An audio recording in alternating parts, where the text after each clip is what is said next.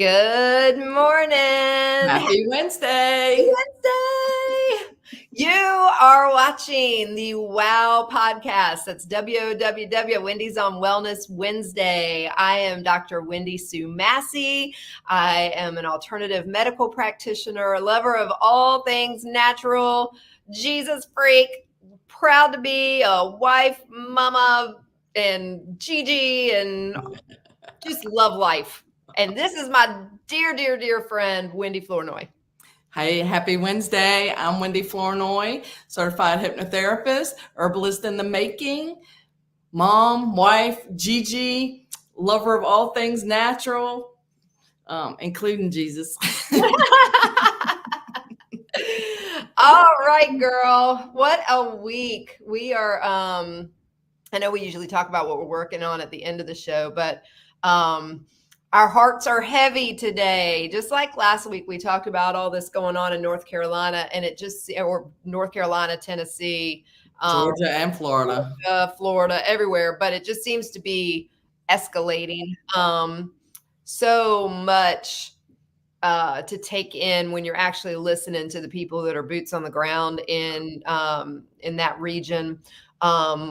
Today, as we speak, we know that this huge monster storm Milton is coming in tonight to Florida. So our prayers are with everybody in Milton's path, and everybody that's already suffered so much devastation. My husband has been collecting since Friday, items to take down there to North Carolina and Tennessee. Not 100% sure where they're going to route him when he gets down there, but he's in touch with 2 churches. The original plan was North Carolina, but some of them are getting lots of supplies, so he may be redirected. But there's a group of about 6 or 7 of them that are going down there with truckfuls, including a flatbed with hay for animals. Nice. And so many people have donated, and we can't thank you all enough for that. But I was so happy to see that he was doing that, because I'm very picky about where my money goes. Absolutely. Absolutely. And donating to him was the perfect opportunity for Rick and I to feel like we're doing something or helping, because we know we can't go down there, but God bless him and that group for going down there. And some of what I'm seeing out of there is just horrific. Oh yeah, it is. It is. And he's nervous, but he's excited to go down there and help. Sure. He's more afraid of what he might see, and, but we need honest people down there to continue to tell the story, and the stories coming out of there are absolutely amazing. Yes. So one of the good things, and you all stay tuned, any of you all who are in our region or anything, or even if you just want to come here, he's getting names of churches, contacts down there, so that in a couple of months, when unfortunately human nature is everybody's going to forget about these poor people. Yeah. Right now everybody's amped up trying to do everything, but in a couple of months when everybody's forgotten them, they're going to need rebuilding. They're going to need, labor. Lots of help, lots of labor. We want to be in contact with some of, in particular, the small churches doing big things. That's where Bill and I have a big heart, in these rural areas where small churches doing big things, and they need a lot of help. So if we can connect with some of them and get down there as work teams, and take shifts and go down, a few weekends and help them out, that's what we would like to do. And so y'all stay tuned. Maybe we'll form a work team, and Rick and I are in. We're in for that. So we're really excited to go down there and offer our support in that way. Florida is a little far for us to go for a weekend. Yeah.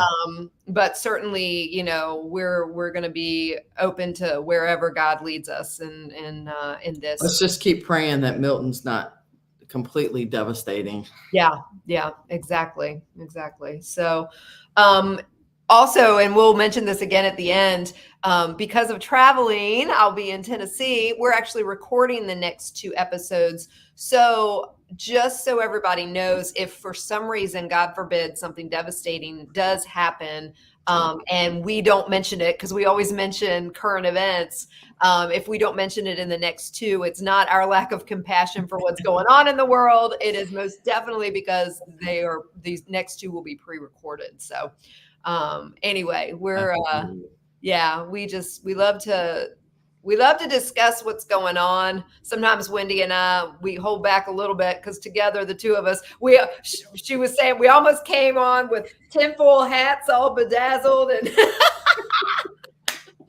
so we won't go that crazy with y'all until one day, maybe, we get enough. Let's just keep our eyes on God. Just keep our eyes on God. 100%. He is the one and only that will never fail us. And man is inherently evil, unfortunately. And so let me just tell you, I say that, but I love the goodness of humans and the generosity of humans that I have seen that come together.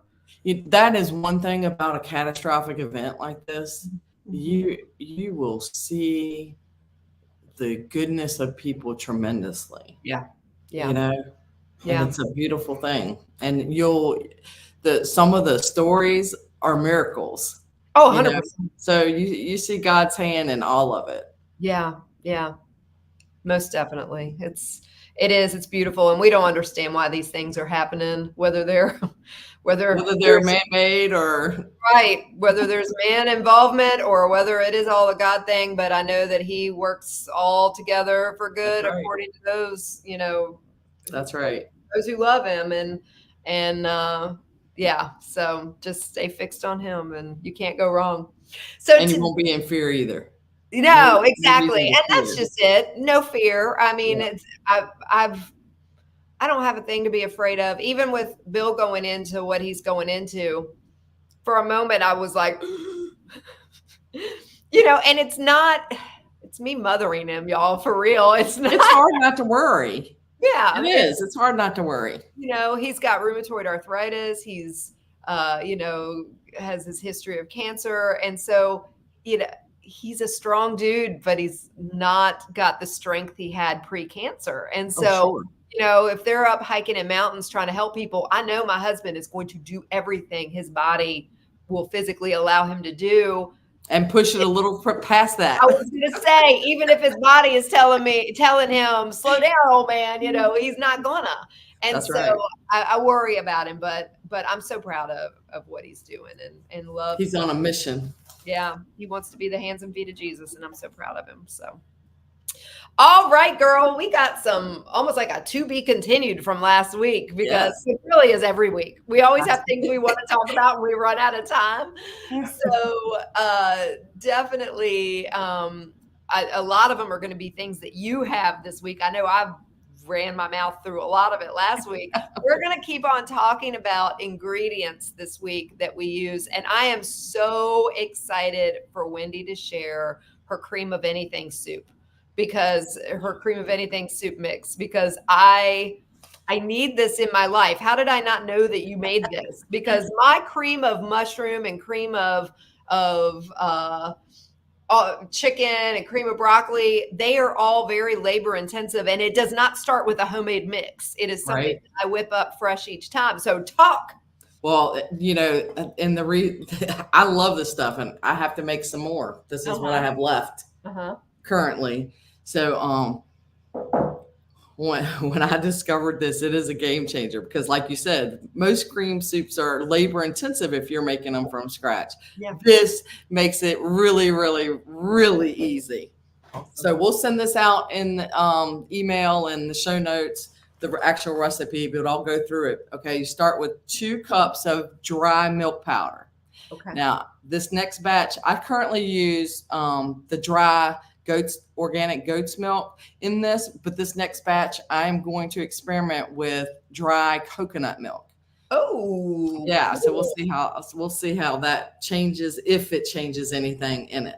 And that's interesting you say that, because when I started making my homemade cream of mushroom soup, which I initially started it for green bean casserole. Yeah. And I had a dear friend and client of mine who was dairy free. So I actually made mine dairy free. Okay. So that's interesting to see. I think in mine I use almond milk, but I could be wrong about that. I might use coconut milk. I can't remember. I have to think off the top of my head. Now that I have that infuser that we were talking about too, it's really easy to make almond milk in that.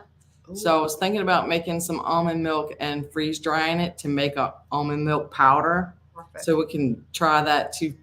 Lots of experimenting going on here. I love that. I love that. So what else in it?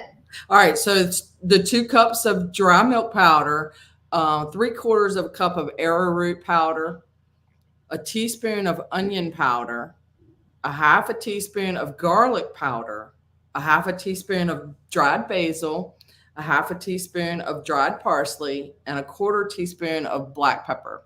Okay. That's your dry mix. Okay. Okay. And so how much does that make up for, like in a that quart? Will make up a whole quart. Okay. Okay. So when you go to use it, you'll use 1/3 of a cup of your dry mix. Okay. So that'll give you, that lasts a little while, you know. Yeah. So that you can store all of that in the quart jar. Now to make a can of soup, let's say can, because we typically buy a can of soup by the can. So to make 1 can of soup, you take 1/3 of a cup of the mix and you add 1.25 cups of either broth, milk, water, whatever you're using. I typically use the homemade broth. Yeah, that's what I would use. Gives it a lot more flavor. Yeah. So, and then you just stir that up until it's smooth. I mean, that's it. And then if you're making cream of mushroom, you add as many mushrooms as you like. If you're making cream of celery, you add celery. If you're making cream of chicken, you add chicken. Now, if I'm doing chicken, I'll use chicken broth for sure. Yeah, definitely. Oh, I love that.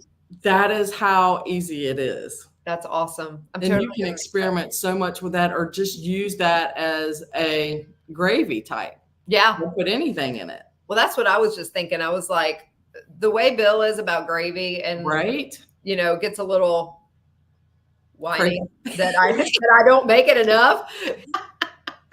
I made some homemade cornmeal biscuits last week sometime, and he was like, "Babe, this is great, but where's the gravy?" And I'm like, and he's not wrong. I mean, we're Southern. He loves the. So here you go. You can do this all clean, and I mean, possibly dairy free too. Yeah. And I would think to make it into a true gravy, you're just gonna add a little more arrowroot. Yeah. To make it thicker, you know, because with the soup might not be thick enough for gravy. And there's no flour in that. It's the milk powder and the arrowroot that are the main. Yes. That's incredible. I know, isn't that cool? It makes it low carb too. Yes. I mean, because arrowroot doesn't have but so much. No. And that would be the main thing, is the arrowroot, or if you're using, you know, depending on your milk powder. Yeah. You know, but that's still minimal compared to anything else comparable to this. Yeah, because I mean, if I wanted to do the goat milk powder with that, like I do the pancake mix. Yeah, I mean, because there's no carbs in that. Yeah. That's all protein. That would be incredible. And it's so easy, and it's so great just to have on hand. And, you know, you just scoop out 1/3 and add some water or milk or broth. Yeah. You know? And things like this, and this is one thing I know we talked about last week, but I just want to reiterate. When you make things like this, it might take a little bit of time. This is going to just 10 minutes. 10 minutes tops. And that's including gathering all your ingredients. And you put it up in your pantry and you've got it. And that's just it. It's like, you know, we tell you about all these things we make. We don't make them all at one time. No. We make them when we need them in larger batches. Yeah. You know, I would say this 1 quart jar lasts me 6 months. Wow. Now, I probably could utilize it a lot more than I have. Sure. But I mean, you know, it less than 10 minutes. And then I just labeled it. Yeah. That way I don't have to keep looking it up, what I have to add to it. Yeah. That's perfect. So it makes it easier when I have to remake it, not to have to search for the recipe on what to put in there. I love it. I love it. That's such a great tip, honey. I love that. It saves me time. I'm all about saving time because we're busy. Yes, exactly. And that's what I tell people all the time when they say, well, I don't have time to do all this stuff. You just showed something that takes 10 minutes and lasts for months. Mm-hmm. Let me tell you about the gravy I made this week. Completely off topic, but it is and it isn't, because we just talked about gravy. I was so excited to see how well this turned out, and it just hit me. I don't know why I hadn't done this before. It was after Bill whined about not having gravy with it. Of course, because that's usually what it takes is a push. It starts making me think, and I'm like, why don't I do that more? So I made, I had hamburger patties that I gotten from Evermore Farm. And I hadn't been doing many hamburgers on the grill or anything. And so I still had these patties in my freezer. And I said, you know what? I need to make like a Salisbury steak. Ooh, but you gotta have, and I haven't had it in forever. And I said, but we gotta have a good brown gravy. So I'm thinking, what could I do? Girl, I took my smoked chicken stock that I have tons of. Yummy. And all I did was I took a whole quart of that. I added a quarter cup, pretty sure it was a quarter cup of arrowroot powder and some spices, which I didn't need but so much because my stock is already. It was already spiced up. I took my little whisk and whisked it up while it was heating until it got thick, poured it over the gravy, and then, and I had already heated up, sauteed the hamburger. And then I put it in the oven and let it all, cook together for about 20 minutes, 30 minutes, something like that. Oh my goodness. That sounds delicious. I mean, who needs a daggone gravy packet? I remember I used to buy those daggone things every time I went to the grocery store because I put gravy on everything. Yep. And I haven't bought it. If I was getting fancy, I would get the gravy in the jar. Exactly. And I mean, loaded with so much crap. And so to have that option, and that's all I did was homemade stock and arrowroot powder with some extra spices, and it was so good. So y'all, you know what? Arrowroot powder changed the game of things for me. I agree. For sure.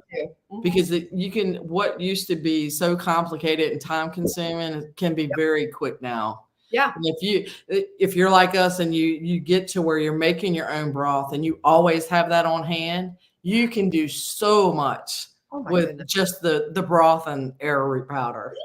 Yes, absolutely.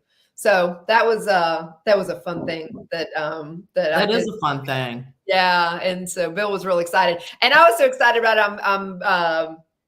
Our church is supporting a couple of different families that need, food right now. Okay. And one of them in particular, they want meals that are good for kids because there's a couple of kids in the family. And so I decided, man, I'm doing that and mashed potatoes for this family, so I'm going to do that again on Friday now that I've done it and saw how easy it was. And I was like, oh, that's perfect. That's right. I love it. Hey, I want to tell y'all about another experiment. Last week I said I finally made those elderberry gummies. Yes. All right. Well, I was experimenting with freeze drying them because they only last, once you make them, they only last about a month to 5 weeks before they will start to mold. Mm-hmm. So I stuck some in the freeze dryer because I wanted to see what they would do. Look at that. You're like candy. So it's like now we have elderberry gummies that will last forever. So now what kind of consistency are they? Are they still gummy or are they more hard they're light and fluffy, so they almost melt when you put them in your mouth. Oh, I love cotton candy but not as melty as cotton candy. Oh, so it's not going to hurt the toddlers' teeth or anything like that, and it doesn't get regular gummy bears. I noticed when I did them that they'll leave sticky. They go back down to sticky and gooey. Yeah. These don't, and I think that's because of they're clean. Yeah. So it's you don't have to worry about it getting stuck in the teeth of the toddlers and causing cavities or anything like that because there's no sugar except for the honey that was in the original syrup. So yeah, I'm really excited about that because I think my grandbabies will love that more than the gummies Yeah, because they'll think it's candy. that is awesome. That is awesome. I love it. Speaking of dentist, I don't have it right now in front of me because I hadn't planned on it until you just said that. But if any of you all have followed me for any time, you know that, and actually Wendy's been with me before too. We're big fans of Believe Big, the organization BelieveBig.org. Organization.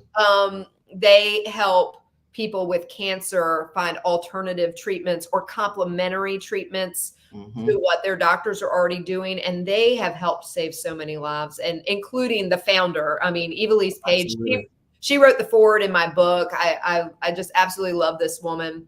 And she has now healed from 2 cancers, one of which she was only given an 8% chance to live or 9% chance. Yeah, it was amazing. Her story is just absolutely amazing. Oh my gosh. And mistletoe therapy cured her. And she never did chemo, never did radiation. She did surgery and then to remove the tumor, but she didn't do all the other stuff that usually is so devastating to people's bodies. She did the mistletoe therapy. But anyway, I bring all this up because her episode of her podcast this week, y'all, she did it on biological dentistry. And it's something I've been very interested in learning more about for a while, and they're very hard to find. Well, because of her podcast yesterday, I now have the resource of how to find, which is what I don't have in front of me. So I'll mention it for the next episode. There's a resource of biologic dentists that are out there. And I mean, the closest one to me is like 45 minutes to an hour away, but I don't care. That's who I want to go to. Right. Especially once what do they do different? What do the biological dentists do different? So much of what conventional dentists use are very toxic. Yes. But also, just like Western medicine, they treat every part of the body as a different piece that's not connected. Whereas biological dentists have gone through the additional education. They learn dentistry, but they've gone through the additional education, to learn natural methods. So like they'll do like ozone and laser therapy. Nice. They minimize x-rays, but they do them, but they'll do like a one-time 3D x-ray that's going to show everything and not miss anything. Right. We also have the education to know about like the meridians in the body. And like, if a certain tooth is giving you a problem, it could be an early indicator that you along that meridian could be the meridian for breast cancer. That's amazing. I mean, they've discovered so many things in people. And so also one big thing they do, the ones that are SMART certified, which is a type of certification they get where they safely can remove the mercury and amalgam fillings. Right. Replace them when necessary with, what do they use? They use like a ceramic that doesn't have nickel or anything. It's actually zirconia based. Okay. And they were talking about how much safer it is. And Evilise was talking on the podcast and said that she was blown away because after they did all this, and they did it in stages on her because of her cancer and because they know that it can create inflammation and can make people very ill if they aren't removed properly. She said she was blown away with how much better she felt. She said, I don't know if it was the placebo effect or if it's really because I now no longer have that mercury flowing through my body. Right. But she felt 1,000,000 times better. So that's amazing. Very interested in learning more about it. So anyway, sorry to derail, but I love that because, I'm seeing that more and more too, that the Western medicine practitioners, the younger ones, a lot of the younger ones are coming in with the holistic and the alternatives, and they're learning about this, how they can take the Western medicine and the holistic and put them together for wonderful results. Oh my goodness. And it makes such a difference. I mean, it's like, that's why I'm so obsessed with these functional medicine labs. Yes. Functional labs. I mean, what we got back on bill I haven't gotten mine done yet. A whole nother story. But anyway, hopefully by the time we come back live, I would have had them done and gotten some results back. This is driving me nuts. But it's so incredible because with the results that he had come back, overall not horrible, but with the things that were off, Western medicine would have sent him to 4 different specialists. Right. They sent him to an endocrinologist for his thyroid, for his, would have sent him probably to a urologist for the male hormones, would have sent him to, a rheumatologist for his RH. I am telling you, the mind-blowing thing of all of this is that because of the way they present it in functional labs and in particular Function Health, that organization that I'm doing this through. Yeah. They pointed out how so far, and not all of his results were back yet, but that all of these things that were off were all related to his pituitary gland. So that's one gland we need to focus on. And guess what? He's been on long-term steroids because of his RA, which he's coming off of. He's actually in the process of weaning off of them. And one of the number one causes of screwing up your pituitary gland is long-term steroids. So, I mean, it's like to be able to look at the body as one whole person. That's yes. I mean, they have over 100 specialties now in Western medicine, and every one of them are taught that that you only need to focus on this and you only need to focus on this. And it's so dumb because everything is interconnected. Yep. And he would have come home, if he would have went and seen 4 different doctors, he probably would have come home with 6 different prescriptions. 100% guaranteed. And so to be able to do that, and now my focus is, okay, what are we going to do besides getting him off of the steroids, off the prednisone? What are we going to do to improve his pituitary health? Yep. I've got a whole list of things. I know what to do to improve pituitary health. So I've already warned him. I'm like, get all your crazy out of your system because when I come back from Tennessee, dude, it's on. It's time to get serious. Yeah. So, I mean, but it's so awesome to be able to see that and to work in a field where you are looking at the person as a whole. And that's what these dentists are doing. They recognize that the whole world in their life isn't just teeth, that what's happening in your mouth. I mean, you think about it, everything we eat goes through our mouth. So if they're recognizing things there that are affecting the entire body, it's all connected. So it's amazing. I've known people through my life. There was a couple of people that would get like an abscess tooth or whatever, and the possibility of something like that creating like a brain seizure. Yeah. I mean, it's the odds are in your favor of that happening. And I'm like, I was like, wow, because everything is connected. Yep. So that is just, I love it. It's amazing. So on our next episode, I'll make sure to bring the resource information, but I bring it up to tell you, go listen to Believe Big. You won't even need my website information if you listen to that. Go listen to the Believe Big podcast. And listen to her all the time. She's amazing. I love amazing. But this week's that just dropped on, I think all of their new ones dropped Tuesdays, just dropped yesterday. I listened to it while I was walking and it was so awesome. So definitely if you're interested in biological dentistry, check it out. That's amazing. Yep. Okay. So I shared my cream of anything soup. Wendy makes one for taco seasoning that I go to. So why don't you share your taco seasoning? All right. Now, I will tell you, I didn't come prepared with ingredients, so I'll have to put that out there. That's okay. This is one I use a lot. I use this in chili. I use this in tacos. I use this in fajitas, in anything that you need this kind of, and I keep it on hand at all times.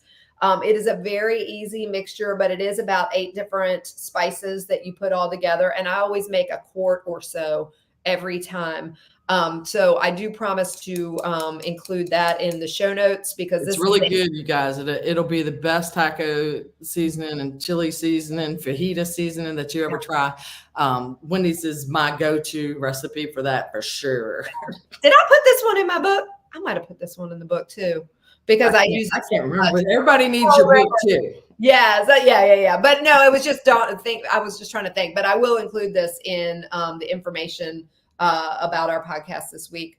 But this one, this was my very first one I started doing, because when you go and look at what's in these packets of taco seasoning, It's horrible. oh my gosh, it's crazy. And a lot of the spice blends, y'all, this is why Wendy and I make so many of our own. There are some out there you can find that are clean. I like going to the Amish market because some of them, they'll have some that are completely clean. But most of the ones that are in the grocery store add silicon dioxide or some other form of silica or maltodextrin's showing up in a lot of them now. That's right. And other anti-caking agents, and it's just garbage. And all you want are the spices. So that's what we do.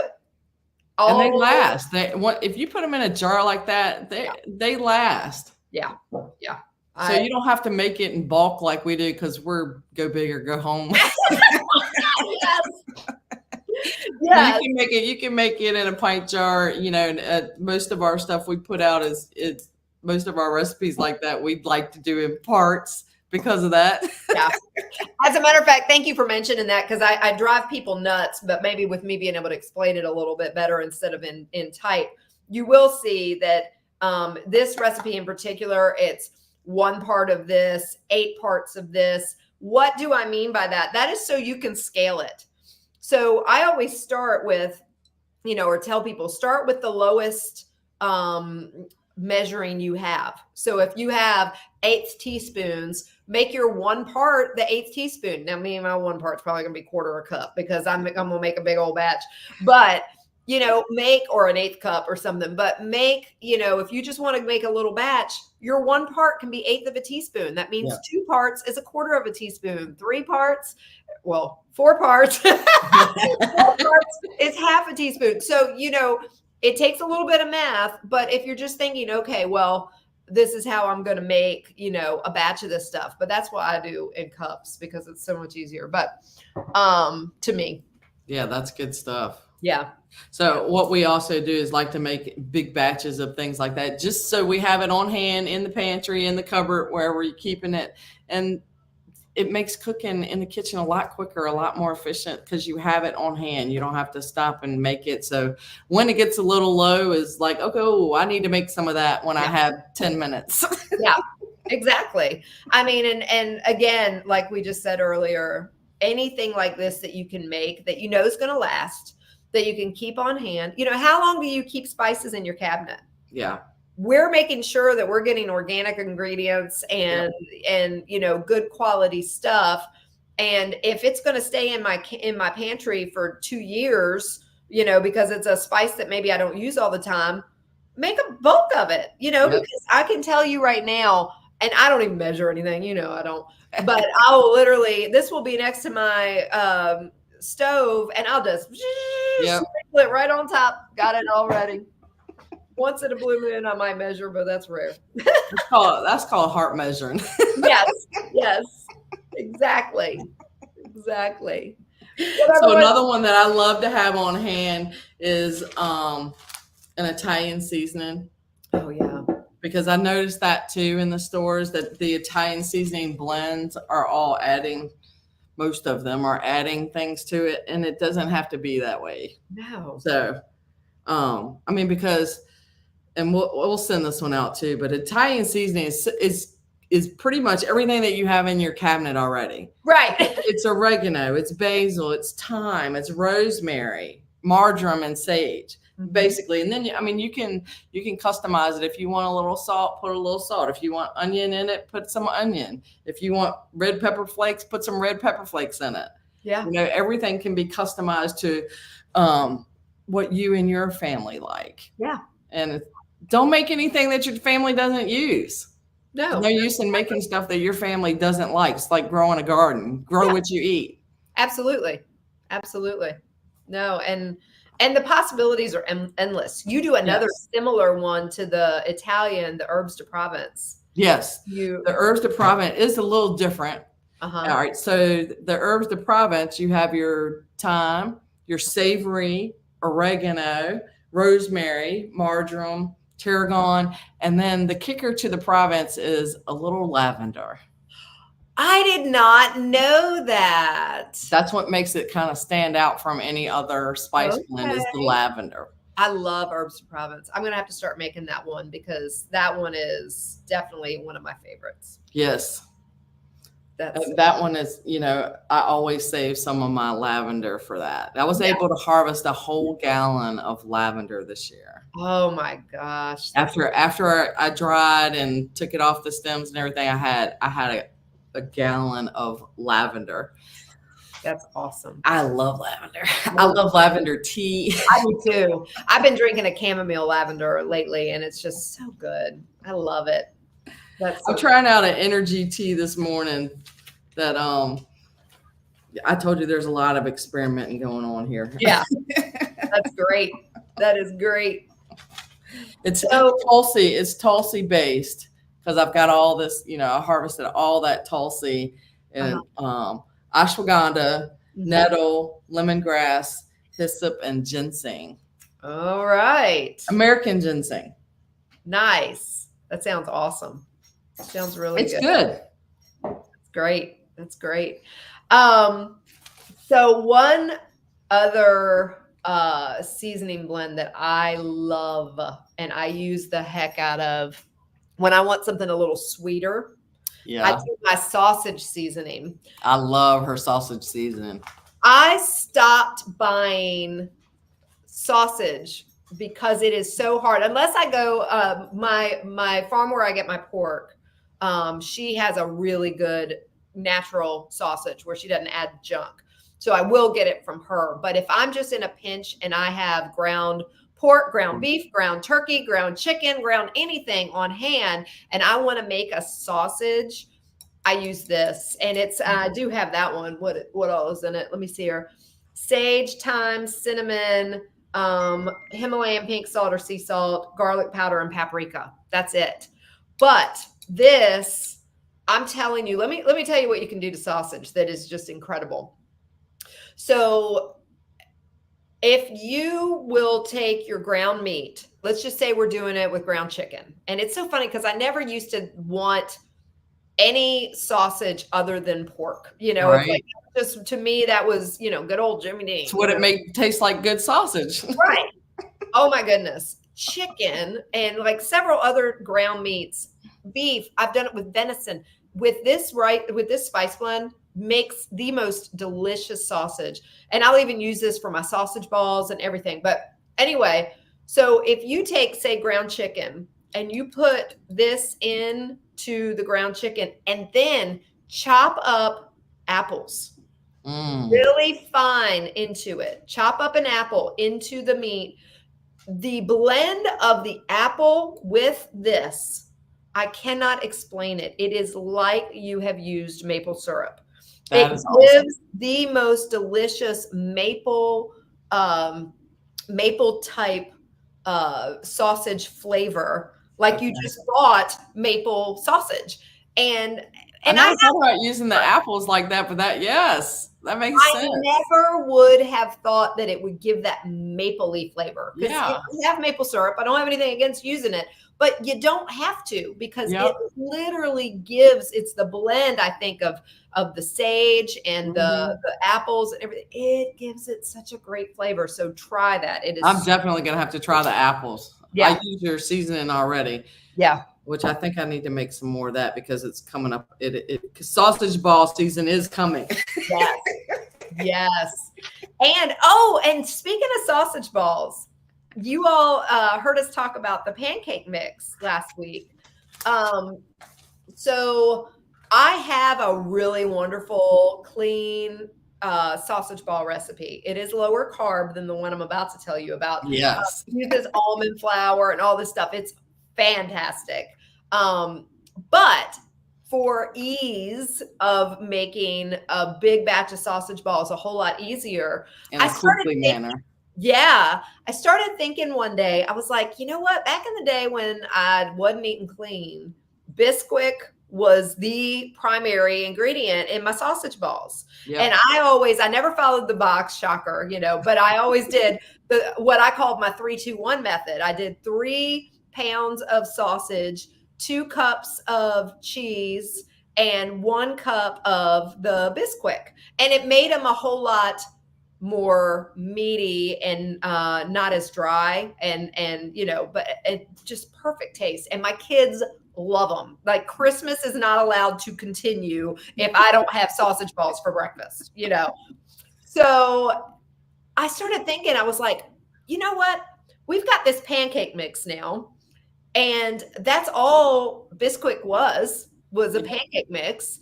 So I started making it using the exact same method, the 3-2-1 method with the homemade pancake mix. Okay, so now you got me wanting to experiment a little bit because, Rick and I love pot pies. Yes. Okay. The Bisquick pot pies. I wonder if I can use the pancake mix as the Popeye topping. Yes. To make, absolutely. Yes, I'm gonna try it. Yep, absolutely. And again, that's not going to be lower carb, but again, not everybody has to be lower carb. But what a treat, Yeah, I mean, you have the option, and for anybody that uses Bisquick a lot, still, what a great alternative to try the pancake mix. Yeah. So that is definitely something that I love that. Now you're gonna have me making chicken pot pie. I need to do the same. I just smoked 6 chickens on Sunday so that I could, because they were building up in my freezer. I don't fix whole chickens a lot, so I looked and I was like, oh my goodness, I have all these chickens. So I smoked 6 of them. So I've got all kinds of shredded chicken. That'd be perfect. Well, since we're talking about 'tis the season and things of the season, I do have a pumpkin spice mix. Ooh, that I make just for this time of year, whether I want to put it in my coffee for a treat or just use it in bacon or whatever. So, and pumpkin spice, you don't need a whole lot of that. So I just made 8 serving recipe, 4 tablespoons of ground Ceylon cinnamon, 2 tablespoons of ground ginger, 4 teaspoons of ground nutmeg, 2 teaspoons of ground allspice, and 2 teaspoons of ground cloves. Oh, that's your pumpkin spice mix. That sounds. Because 'tis the season. That's right. You can put it in tea or coffee or baked goods, whatever your heart's desire. I make a pumpkin pie fat bomb. Ooh. And it's so funny because I don't eat a lot of the fat bombs, but I like having them in the freezer for that time that it's just what if. Well, let me tell you something. One of my clients, because the base of this one is coconut oil. Yeah. One of my clients, Belinda, from, oh my goodness, 3 years ago. It had to have been 3 years ago, that holiday season, because we were all talking about, alternatives to pumpkin coffee, pumpkin spice coffee. And she decided to make the fat bombs and put one, because it's coconut oil based, put it in her coffee and let it melt. Oh. So now I have them in my freezer all the time, just to pull one out and drop in my coffee this time of year. I don't do it all year, but I could. Right. Well, I mean, I like to enjoy the seasons like that. Yeah. Just to, I love having cinnamon in my tea. Yes. Every time I take a sip, I can smell it, Yeah. I do that a lot throughout the years, the cinnamon in my tea. But I will tell you, my pumpkin spice season moves very quickly, because as soon as it starts getting chilly, I start wanting peppermint coffee. Yeah. And so I will add in my frother, when I'm frothing up my coconut milk, I add peppermint fat bomb. Yeah. No, I don't do peppermint fat bombs, but I just add peppermint extract, organic peppermint extract into my coconut milk, and then put that in my coffee. Oh, it's so. And when you're drinking that too, that opens up all your passages, because every time you smell it, it'll just open everything up. And it's so funny because, we talked a couple weeks ago about when you switch to organic coffee, what a coffee snob that makes you. Yeah.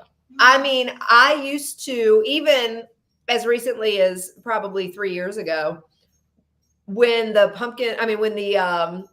peppermint coffee would come out at Sheetz or at Wawa, I was like, I don't care, I'm getting it. Now I can't stand it because all I can taste are the chemicals. And so I'm so grateful I figured out how to do it at home. It's so easy. You know what? When you want something bad enough, you'll figure it out. Yeah. That's what I've learned. Yeah. If I want something bad enough, I will figure it out. Absolutely. You know, Absolutely. and that's the thing too. They say that change is hard because you have to reach a threshold of pain to make the change worth making the change. Right. Yeah. You know? No, that's absolutely true. I mean, we grow through struggles, you know. And so that's one of the reasons. It's so funny because as I think about, I actually was listening to Dr. Hyman's longevity podcast. He had like an 8 episode series. Yeah. And they made the comment about, you know, what each decade of your age, what your focus should be. And they talked about how my son's dog, if she pops into the camera, she is dying for attention right now. She's so cute. But so anyway, they talked about how like 20s and 30s, it's just teaching them not to binge drink. You know, it's like if you can get that through their brains, that's a huge thing. You know, you get into your 40s and there's a different focus, and 50s, it's making sure that your middle is not exceeding your hips, because that's where we carry so much inflammation that leads to disease. And in the 60s, it's more the physical activity. So it was like all these different things. But, you know, it's just when you think about where we were in our 20s and 30s and how you couldn't have told us anything because you know, it would have been like, oh, whatever, I'm fine. You know, I don't need to worry about it. I'm 10 foot tall and bulletproof. Yeah, exactly. You know, oh, that'll never happen to me. And so it's so great to have this realization and to be able to share it like we do. Yes. And some people aren't going to listen because they haven't hit rock bottom yet. You know, they haven't hit rock bottom in their health, or they haven't had a scare enough to make them realize that the pain of remaining the same has to hurt more than the pain of making the change. Yeah, absolutely. And it is, it's, you know, but once you do, I mean, you don't ever want to go back. That's right. You don't ever want to go back. Things change and things taste different and you do things different. And that's all it is. I think sometimes we get such stuckness and stagnancy from, well, I do it this way because that's the way I've always done it. Yeah. You know, and we're creatures of habit. Yeah. Yeah. It's, you know, the renewing of our mind. What is it? I'm going to pull it up. Romans 12:2. It's one of my favorite verses, and actually verses 1 and 2 are so, look, must have been the last one I was talking to my husband about because it's popped right up. Or he heard me. So Romans 12:2, don't copy the behavior and customs of this world, but let God transform you into a new person by changing the way you think. Then you will learn to know God's will for you, which is good and pleasing and perfect.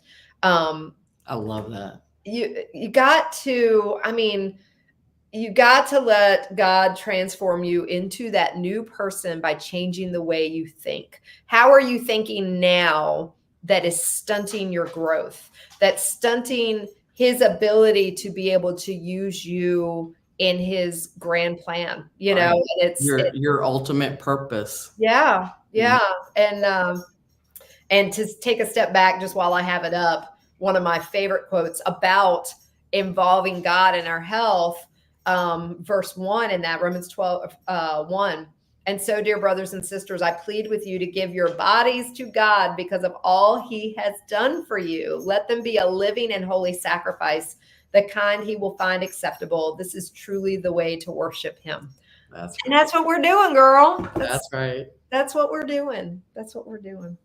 Just always using God-given things to put in your God-given body. That's right. That's right. I mean, and mind. Yes. Yes. Exactly. It's what you fill your mind with. Right. Lately, I've been watching more news because of the election coming up, because there's so much going on that you feel like we need to be informed. But man, it angers me. It makes me sad. I get frustrated. And I remember why I don't watch the news. Yeah. 100%. And so, what it's led me to is, okay, well, during the day when I'm working, I better be cranking up that praise music. I better be putting some good stuff in because it's necessary. It's necessary. We should always pay attention to what we're listening to. Yeah. I know. Even my husband, he'll have the TV on just for background noise where I could sit in this house working or doing whatever all day long and not have anything on. Absolutely. A lot of time I have conversations going on in my head. Yeah. But be mindful of what you're listening to, what's playing, because you're soaking that in. Yeah. And it will affect you. It will affect you. Ali Zitz. She's just like, Gigi, talk to me. So do you have any other spice blends that we should cover today? Well, I have a couple of more that we could share. We're probably going to save them for next time. Okay. That sounds good. Just to share, this may be the last time you see me with a Massey Wellness logo. Oh, is it coming? It's coming. All right. By the time we get back live, I will have at least rolled it out, which will be back live on October 30th, I believe is that Wednesday. I would have at least rolled it out to my fall wellness series attendees. Okay. So I'll be able to share more and more about the new rebranding, about the new business logo and all that kind of stuff, and our new direction. Excited. Oh, I'm so excited, and just the new direction we're going this week. Actually, we might as well talk about what we're doing this week. This week, I am working on all of the content of the new website, because my web developer is taking all of that and, tweaking that for us for a smooth rollout. So it's going to be a process of a couple of months before we fully flip the switch over. But yeah, so stay tuned. And for anybody interested in the fall wellness series, y'all, we have 2 weekends left of this. It's going to be the last weekend in October and the first weekend in November. It's here in Westminster, Maryland, or nearby here in Westminster, Maryland, at my husband's studio. I am walking you through the entire new 16-week program. It's going to be called The Journey to Optimal Wellness, Part 1 and Part 2, because it's going to take 2 weekends to cover what I cover in 16 weeks. I'm also recording all of my new videos for that program that people will be getting. So if you've ever wanted to do one of my 16-week programs, you have the opportunity to get all of the data right there. What a great opportunity. Live and in person. You're going to be part of my studio audience as I am recording these videos, and I'm catering the whole thing with my girlfriend Rachel. And so we're gonna have food for everybody, and considering all you get, I mean, it's $120 for the whole weekend for each weekend. If you do both weekends, it's $220. And any of my current and past clients that want to come, I'm only charging them $30 a weekend. So, $60 if they do. That is extremely affordable. Yeah. For everything they're going to get. Yeah. So I'm really, really excited to do this. So I'll drop the link in the show notes to sign up if you are interested, but we're coming in quick. It's going to be a week and a half from now is when we're doing this next one. So you don't want to miss it. It's going to be a really great thing to be a part of. Don't walk, y'all, run. Yeah. I don't do these live seminars often because I spend so much time with people virtually that this is a rare opportunity, and Yes. I haven't made changes on my program in 4 years. So 3.5 years, 3.5 to 4 years. So I'm, I don't know when I'll do this again. So definitely, I would Get love in there. yeah, would love to have you there. What else are you working on this week, sweetheart? I am still experimenting with different teas. I'll be next time I will be letting y'all know about how my NyQuil tea worked. Awesome. Very cool. So I'm working on seasonal stuff. Yeah. Things to ease seasonal issues and just different tea blends because I think I'm bored. Yeah. My regular go-tos. So just experimenting with that and all those things. How about you? It is Besides the website. Oh yes. It is yes. apple season. My family and I are going on the 20th, on Sunday the 20th. Okay. Well, I had no choice but to make it happen this last weekend because I'm going to be in Tennessee, and I'll be doing it again with them because we always do that when I'm there in October. But I just got 1 bushel, which to a lot of people, they'd be like, just. Go big or go home. Yeah, I mean, and 1 bushel, just for anybody that doesn't know, when it comes to apples, is 46 pounds. So I have gone through almost half a bushel and made 17 quarts of apple pie filling. That looks so beautiful. This is one of those things I love to keep on hand because, anytime, a family at church needs a meal or I'm last minute, somebody's coming over. I don't cook a lot of desserts from scratch. I mean, I do, but I don't do it like spur of the moment. So this is always a great spur of the moment where I can dump it in a pan and put a little crumble topping on it and bake it. And it's amazing. So, I had 17 quarts of that I did. All the rest, in the essence of time, and because this is what Jacob loves, I'm doing as cinnamon applesauce. And so I'm going to do the remaining 25-ish pounds, all as cinnamon applesauce, which he loves. And I do mine with no sugar because when you slow cook these apples and the sugars come out. Yes, the sugar naturally comes out. You do not need to add sugar, and it's delicious. It is wonderful. Yep, that's what I'm working on, and then I'll be doing it again next week when I'm in Tennessee. We'll hit another apple place. Yeah, all things apple are coming up for me. We just decided we're going to Graves Mountain Apple Festival on the 20th. Nice. So, yeah, I am in dire need of some homemade apple cider vinegar because I used all of mine. Yes. Every single bit of it I used, but I didn't make it last year. So it lasted me 2 years. Nice. So when we are live again on the 30th, yes, that's what we're going to talk about is the apple cider vinegar, because your recipe for that or your method of making that is incredible. I did it 1 year. Yeah, I did it 1 year and haven't done it since and should. And so you'll inspire me to do that again.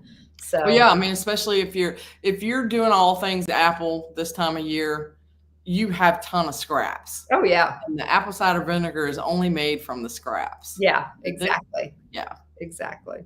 So, all right, girl. Well, great episode. The next 2 are going to be recorded. So if anybody's watching those, and just know we will be back live October 30th.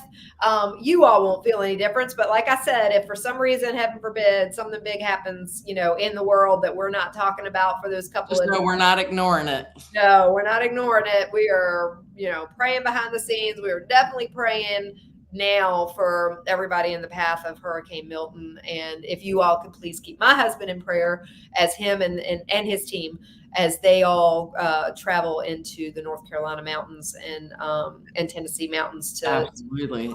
And I'd like to ask for some prayers for my sister Lori. She's in the hospital recovering from surgery, her last surgery on her breast cancer journey. Mm-hmm. So just keep her in prayer that this is it for her. Yes. Everything just be done. Yes. Total healing, 100%. Yeah. All right. You guys have an amazing week. We love y'all, and we will see you again on our next episode. Bye.